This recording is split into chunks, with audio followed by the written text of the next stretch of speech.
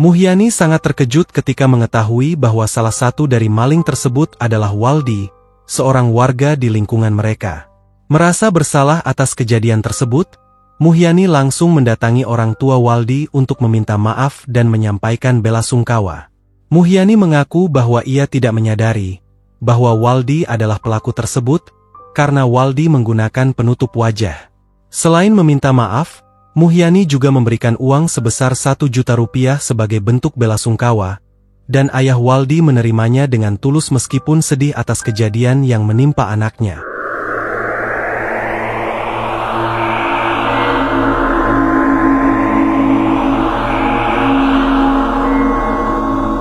Assalamualaikum warahmatullahi wabarakatuh. Halo teman-teman semua, selamat datang di channel Kalam Misteri. Dan pada video kali ini Kalam Misteri akan membahas kisah tentang seorang pria yang membela diri dari pencurian kambing-kambingnya, namun justru ia yang menjadi tersangka.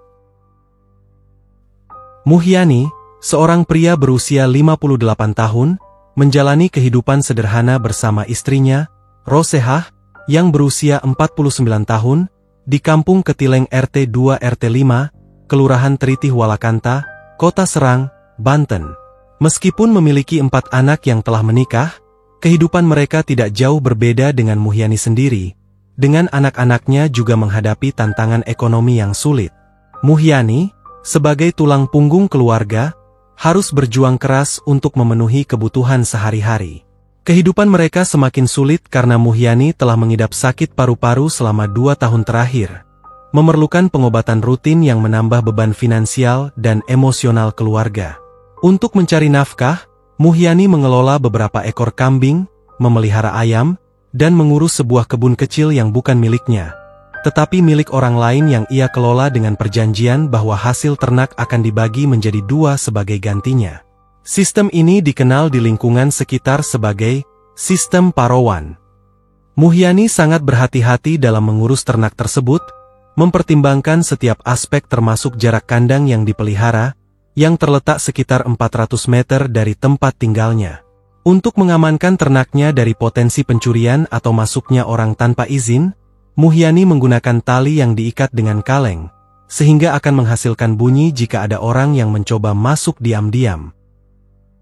Pada Jumat pagi, tanggal 24 Februari 2023, pukul 4 subuh, Muhyani terbangun dengan kaget karena terdengar suara kaleng yang berisik di sekitar rumahnya. Suara-suara lainnya yang gaduh, termasuk suara ayam yang berisik, semakin membuatnya tidak nyaman. Dengan hati-hati, dia berjalan menuju ke tempat ternaknya, dan kegelisahannya semakin bertambah ketika melihat pintu bambu pagar kandang sudah rusak parah. Saat semakin mendekat, Muhyani melihat 2 orang sedang mencoba mengeluarkan kambing dari kandang. Dia segera berteriak memperingatkan mereka.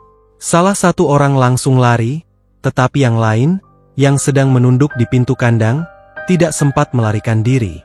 Yang membuat situasi semakin mencekam, maling itu langsung mencabut golok dari sarungnya dan mengancam Muhyani.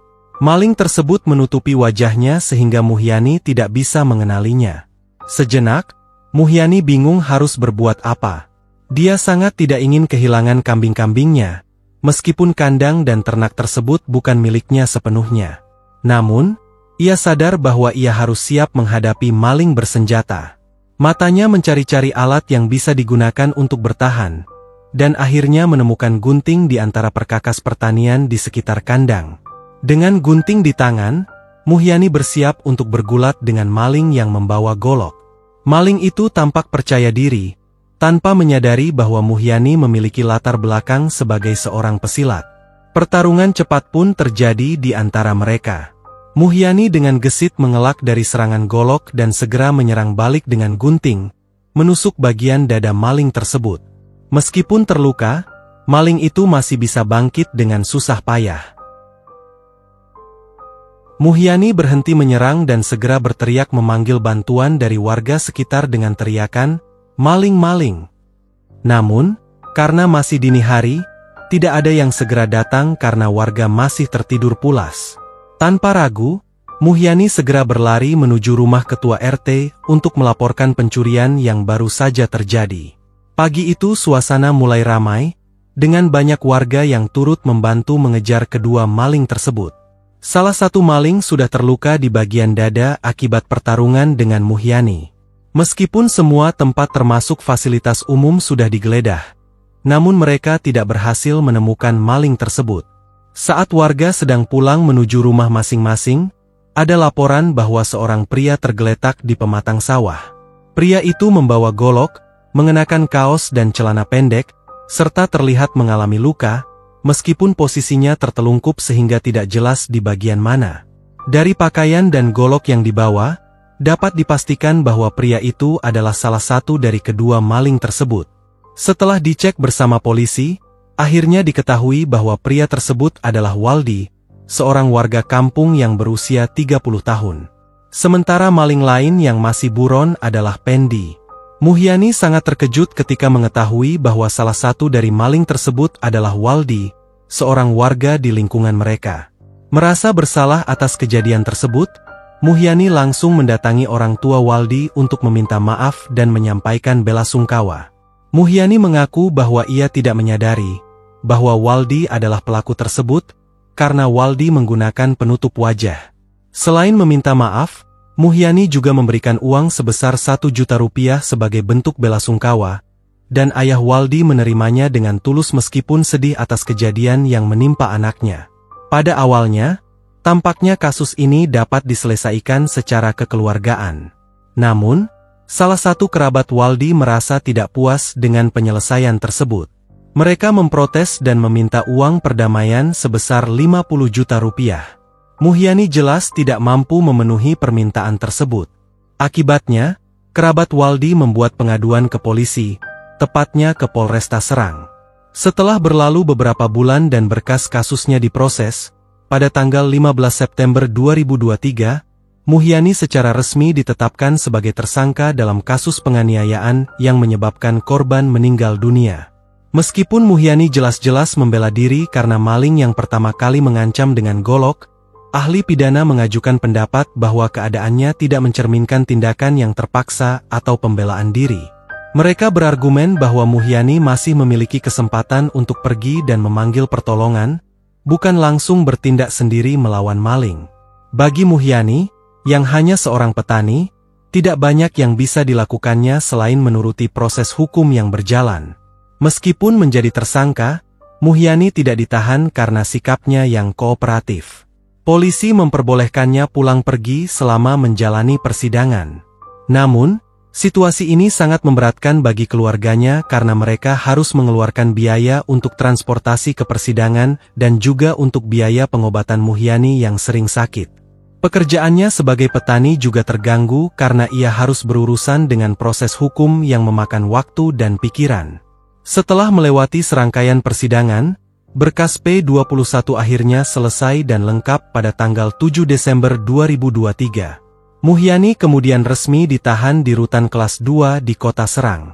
Meskipun keluarganya memohon penangguhan penahanan karena kondisi ekonomi dan kesehatan Muhyani yang memburuk, polisi tidak dapat mengabulkannya karena kasusnya memiliki tuntutan hukuman di atas 5 tahun penjara.